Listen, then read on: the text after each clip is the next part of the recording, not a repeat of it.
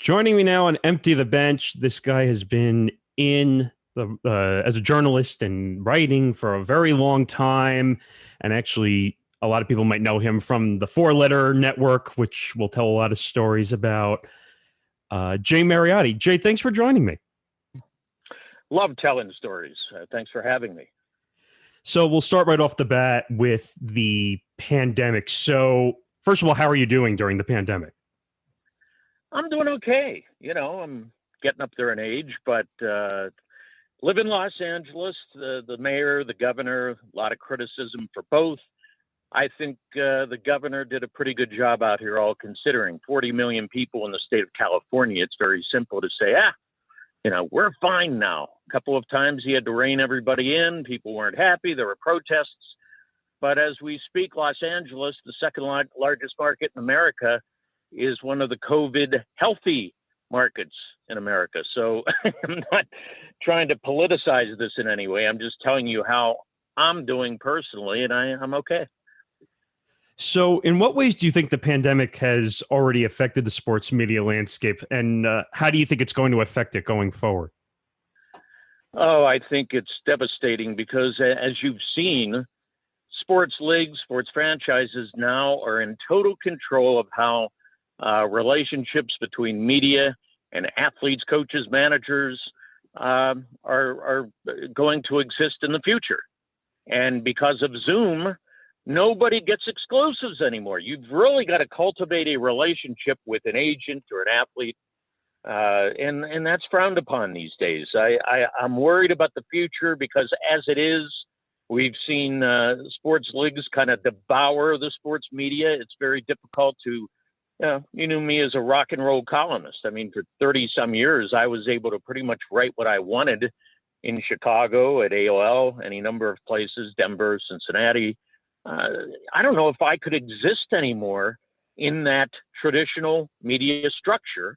Hell, on Around the Horn, which you referenced earlier. I mean, I was very opinionated on there. A couple of times they had to restart the segment because, oh no, you can't say that. Well, why not? Who am I pissing off? Now I couldn't exist on that show because I would be too opinionated. It would get under the skin of one of their bedfellows with MLB or the NFL or the NBA or you name it, just go down the line. So as it was, the media were being swallowed up. Now, because of the pandemic, as you mentioned, I fear moving forward that it's just going to be totally controlled by big money, and the TV networks are now completely part of that umbrella, and it's going to be very difficult to be a fiercely independent writer as I am. Now, since you referenced the Four Letter Network and a bunch of whether you can actually say certain things or not, but I wanted to talk about Kenny Mayne, who recently just left ESPN after 27 years. Do you think that this signals a change in relationships with networks and talent? And do you really, I don't know if you saw the story that it was like a 60% pay cut, or do you think it was really a pay cut issue, or do you really think it was just the networks going a different direction? No, I think he's 61 years old. He's a white male. And by the way, I can say anything, and you're going to find that out here. I'll talk about anything. I don't care. We should talk about anything. It's America, right? Right. Kenny Mayne just became too expensive for them. My understanding, and I write a weekly media column for Barrett Sports Media, so I'm up on this, is that basically, other than Van Pelt, they're not in the business anymore of paying seven-figure salaries to SportsCenter anchors, keeping in mind that they just did this whopper deal with the NFL over the next 11 years. I think it's something like $18 billion a year. Now they're in the Super Bowl rotation twice in the next 10 years. They have to trim. Disney had a rough year. Amusement parks, rough. Hollywood, rough. ESPN hung in there, but there's a mandate from on high at Disney. You got to slash. Well, Kenny Mayne's contract was up. Kenny was making a pretty penny, and they told him, look, you're going to have to take a major pay cut. And to his credit, he said, take this job and shove it. I don't want this job anymore. I don't need this job. And I think he'll do okay. But what you find out about most people who leave ESPN of their own volition. Other than maybe Dan Patrick and Rich Eisen, a lot of people fall off the bone and they never reemerge the way they were in terms of prominence at ESPN. So it's a little bit of a gamble for Kenny, but also he's been a big time player. And this is the way I look at it personally, for 30 years in this country, in this business. I mean, that's a long run. And he was able to do his own shtick. He was able to do Sports Center. And I'm kind of a critic of guys who don't take it seriously. But I watched him last night. He was able to pull off tongue in cheek a sportscast without letting his shtick get in the way. It wasn't, somebody wearing a hat or somebody dancing, or this was just Kenny being Kenny. It works. Obviously, they weren't going to use him as a prominent Sports Center anchor. That is Van Pelt, that's Anderson, that's Butchie Gross. I think they were trying to tell Kenny, you're going to become a part-timer. And he said, I've had it, and God bless him. I mean, I can't even imagine working at ESPN for that long. That he was able to survive that long is a credit to him. Now, actually, now that you brought up that it's hard to work at ESPN for as many years as some people have, what in your mind was the turning point when you felt ESPN was coming, something that you didn't recognize compared to the ESPN you were at for 8+ years?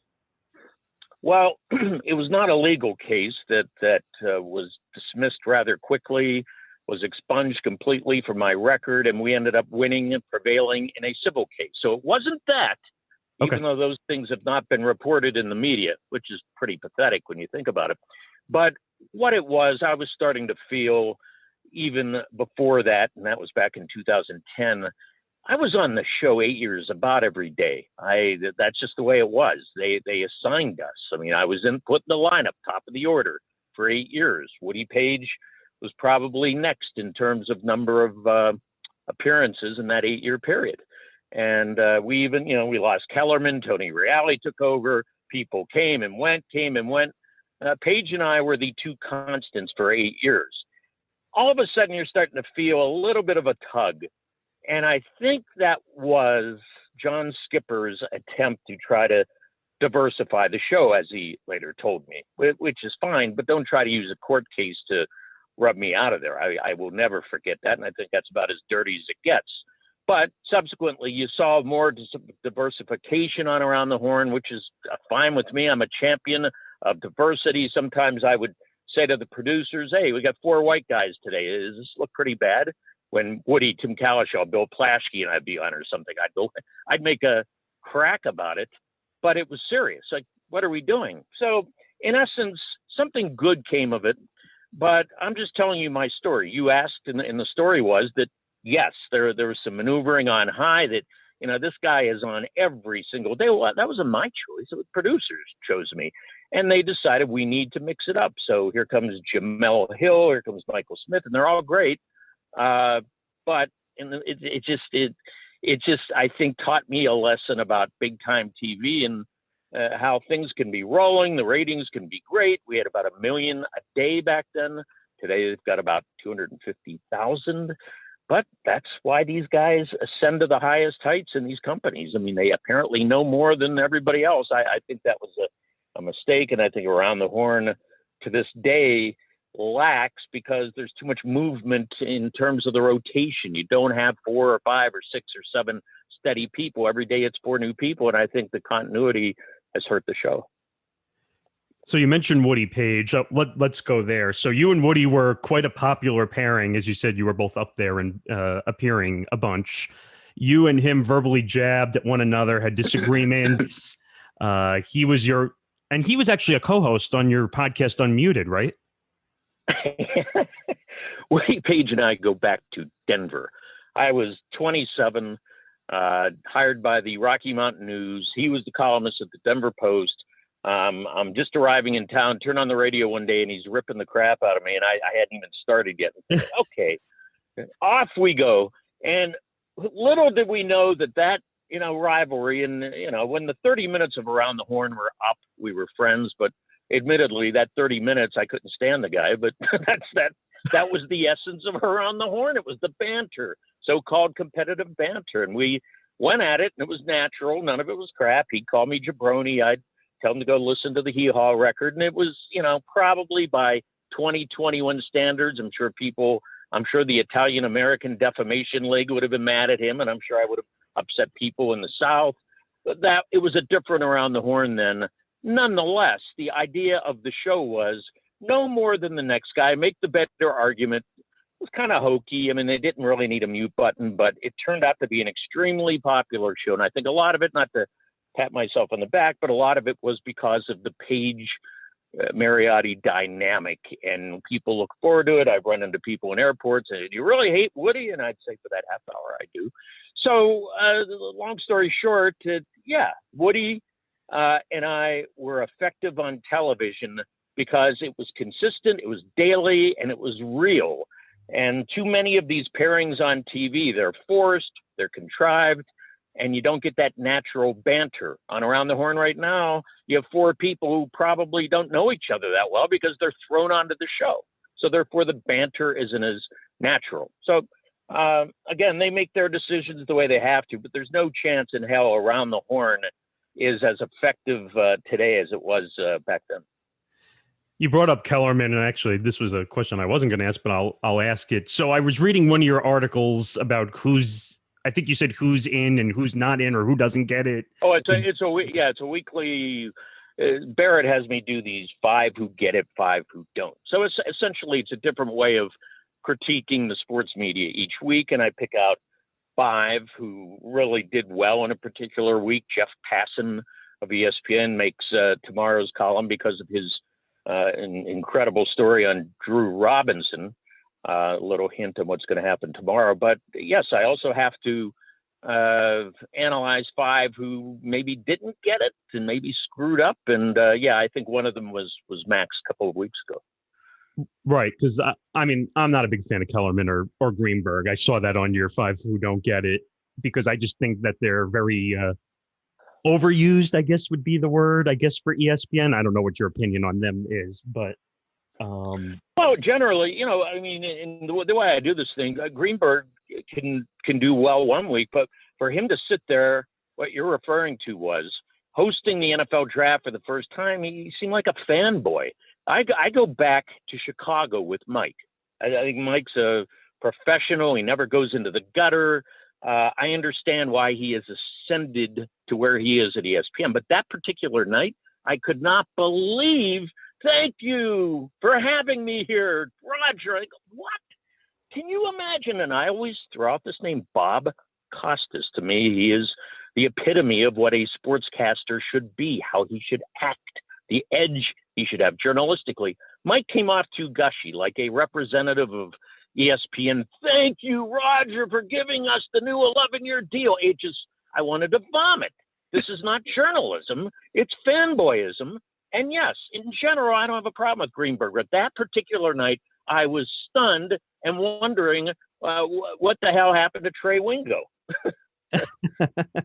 So we were talking about how you can't say certain things today. You can get away with some things years ago. What do you make of today's cancel culture in both sports and the media landscape? I know you like to give your opinions and like to say things a little more fiery, but what do you make of cancel culture? I mean, some people should be canceled. Some people are a victim of cancel culture. I don't have a problem with canceling Harvey Weinstein, and I could give you a long list. I do have a problem with just canceling for the sake of canceling because somebody's got a device in his hand, his or her hand, and can go after somebody and feel powerful for the only time in your life. It's this mob mentality I don't like. Again, if somebody has done something criminally or ethically wrong, yeah, fine, go after them hard. And in general, it's fine to debate Mario Cuomo, for instance. It's a great debate, but let's not go off the rails, lie, and I think I've lost that argument. I mean, there's so much deceit and lying on social media. It's pathetic. It's hard to even read. It's just a mishmash of hell. No, I don't like, in general, the phrase cancel culture refers to, we're all going to decide in a mob in the media, we're going to get rid of you. We don't like you. Okay. Have you investigated? Have you done your homework? You really know what's going on here. Now, somebody who should be canceled and invoked that phrase was Bob Baffert, who, believe it or not, after his 30th something Horus tests positive a couple of weeks ago, he actually invoked the phrase, "This is cancel culture." No, Bob, you're a cheat. You're a dirtball. And horses are dying in this country, and you're using cancel culture? Yeah, you should be canceled, Bob. And I think he has been. So I want to go back to, this is going back a little bit to go forward, but when you left the Chicago Sun-Times in 2008, stating that newspapers would become obsolete and that the news was going to come to consumers digitally, did you ever think that was a little bit of irony now that newspapers are kind of, I don't know if I want to say dying, but they're kind of going by the wayside for newer technology? Oh, they're dead. No, they're dying, and it wasn't irony. It was, I knew. I had been telling the Sun-Times, where I worked as a columnist for 17 years in a town generally with homers and people grew up there, and I was a guy who kind of let it fly, as you can tell here by, I still do on podcasts and everything. But I knew that this paper, an underdog paper, needed to get involved digitally as far back as 2004.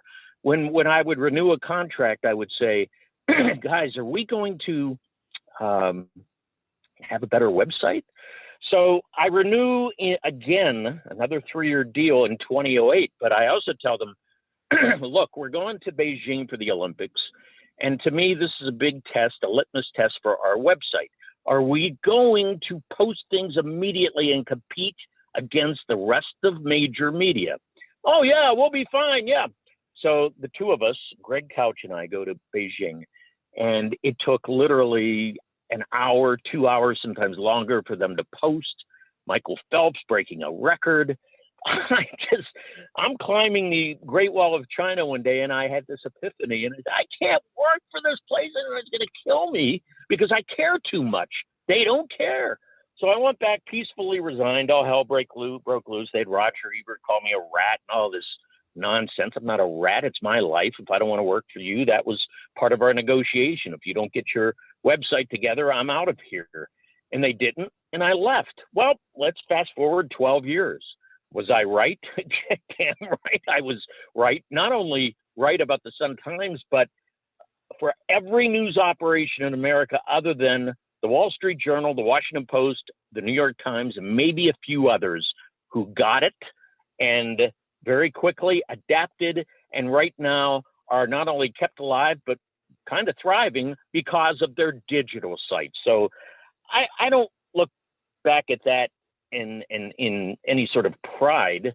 I'm not saying, na, you guys screwed up. They know, they realize it.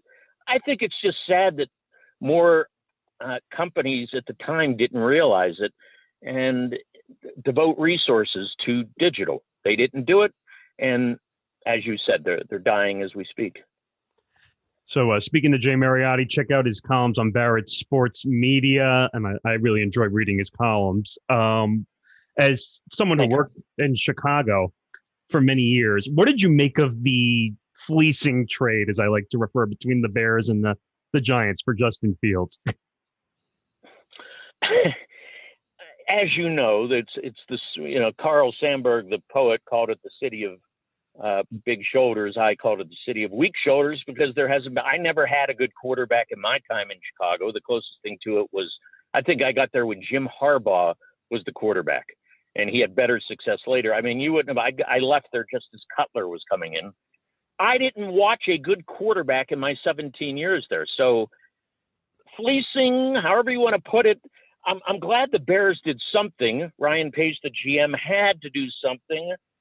Nagy had to do something. I'm not convinced, though, that just because they drafted Justin Fields, that he's going to work out. This is the place where quarterbacks go to die. And if it works out and they all live happily ever after, Chicago deserves it. It's the number 3 market. They have fans that have been heartbroken so many times. One Super Bowl appearance in 55 years, or I'm sorry, 2 Super Bowl appearances, 1 Super Bowl championship in 55 years in this great football town. They deserve to have at least one good quarterback, but I'm not ready to sit here and say it's Justin Fields. I'm glad they went out there and did what they did. Remember, Pace, who has had a very up and down tenure, did acquire Khalil Mack, gave up the house for Khalil Mack. So I'm going to give him the benefit of the doubt for now that maybe this will work out. But already they've said Andy Dalton's the starter. That's not a good idea. The fans are still pissed off. Why don't you make it a competition from the start? Life is too short. We just came out of a pandemic. Why in the world would you start this veteran? Why not say we're going to have an immediate competition? See, already I'm disagreeing with how they're handling this. So from fleecing to thinking the earth is flat. So what do you make of Kyrie Irving's comments when he stated basketball isn't the most important thing for him to talk about? And I guess to piggyback off of that point as well, do you think the media availability at times, whether it's in the NBA or elsewhere, can be kind of a waste when you think about it? It's a complete waste now because these guys really, it's not a one-on-one interview where Kevin Durant might open up a little more. When there are 30 faces on the other side of this thing, Kevin Durant can just go through the motions. Yeah, it's generally a waste of time. What do I think of Kyrie? It's a damn good thing Steph Curry is being Steph Curry, or this league would be inundated right now with these Kyrie Irving headlines. He's had a wonderful season on the court, but the other day, look, I'm as concerned about the Middle East warfare as anybody else. I'm certainly not minimizing it. But right now, after this country has been through a pandemic and we're looking just to watch a NBA postseason without any politics, he delivers this. I don't really care about basketball. There's a lot going on in the world. I don't need Kyrie Irving to tell me that. I need Kyrie Irving to play basketball. And if that sounds like shut up and dribble, not what I'm saying in his case. What I'm saying is, Kyrie, there's a time and a place for your political commentary. What you're trying to do is advance yourself as this high thinker. Great, good for you. A lot of people agree with you, but as your team is entering the playoffs, this team that has been so bizarre this year with people with injuries, maybe not real injuries, resting, load management, all of this nonsense. Finally, the Nets seem whole. And the first thing we hear is he's concerned about the Middle East. It shook me the wrong way. And that is a great story, but for all the wrong reasons. And meanwhile, we have Curry, who is out of this world somehow more than ever. And he might only last a game or two. That's sad and unfortunate that we're probably stuck with the Nets, Durant, Irving, Harden. I'm not fans of any of the three up until maybe late July. And probably Steph is going to exit here quickly. All right, final question, Jay, and I appreciate spending the time. With there being what it seems a lot of money in podcasts and digital, and I guess I can refer to one big deal, Levitard, when he left ESPN for Meadowlark Media to create their company with Skipper and to get the $50 million deal with DraftKings. It seems you don't have to belong to a brand, an entity, or a network these days. Do you believe that that's the case, that you can basically just go out on your own and you don't have to be under the restrictions of networks or companies anymore? It's tough because even Levitard, as I've written, had to sell out because of this deal with DraftKings. And as you know, if you read my column, I am completely anti-gambling. And I think that, to address what you're asking me, it certainly helps if a podcaster has a gambling association, because that's where all the money is. I'm not recommending anybody do that. You're selling out. You got to read ads. Dan is Mr. I Need My Freedom, but you're going to hear Dan go, that parlay tomorrow night looks good, as you hear on WFAN every day. I'm sorry, I can't go down. I like sports and report sports and comment sports as somebody independent of gambling. It's an alternate universe that isn't real. It's a point spread, it's a prop bet, and it really has nothing to do with the actual authentic game we're watching. It's this side thing, which it always was until all the money invaded sports media, and now everybody's jumping into it, including ESPN, Fox, everybody hog wild on this. What I would tell a podcaster is, be true to yourself. If you believe in the convergence of gambling and media, then go get yourself an association with a gambling company. I'm sure they'll help you. If you don't believe in gambling like me, you got to go at it on your own.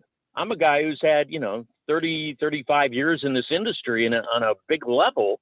And I'm not really trying to be that competitive these days. I fortunately, made a nice living, but I do a lot of podcasts with people in their 20s and they're wondering how to get ahead. It's tough because it's such a scattered industry. Everything's stretched out like an old shirt.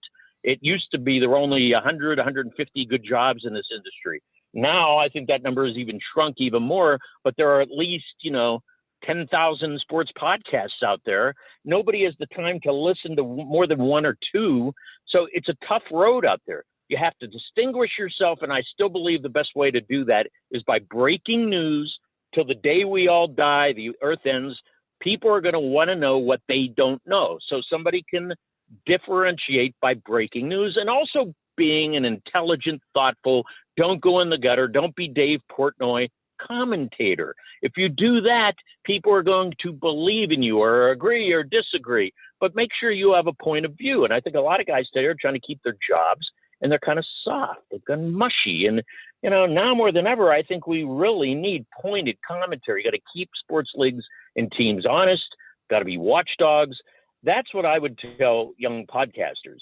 And then hopefully the money comes after that. But got to tell you, most of the revenue sources these days are in gambling. And I'm never, ever going down that road. I've had gambling companies call me. I laugh. I said, do you realize what I stand for? I tell them, if you want to hire me, and I'm not going to read a single gambling ad, and I'm going to rip the idea from time to time of people even gambling on this and the number of probable gamblers we have in this country, I'll do it as long as I don't have to attach myself to your agenda. Oh, that's not going to happen. So it's a crazy business right now. I'm glad I was in it when all of this wasn't going on. I wish people luck who are going to continue on in it, but I'm telling you, it's harder than ever to find a high profile, big money niche. It's 1%, much less than 1%. That's true. And I agree. I think Le Batard kind of sold out a little bit, but the great Jay Mariotti, check out his columns on Barrett Sports Media. You can hear him all over the place, podcasts, digital, wherever you can find him. Jay, thanks for the time. Hey, thank you, man. Good luck to you, and I appreciate it. Thanks.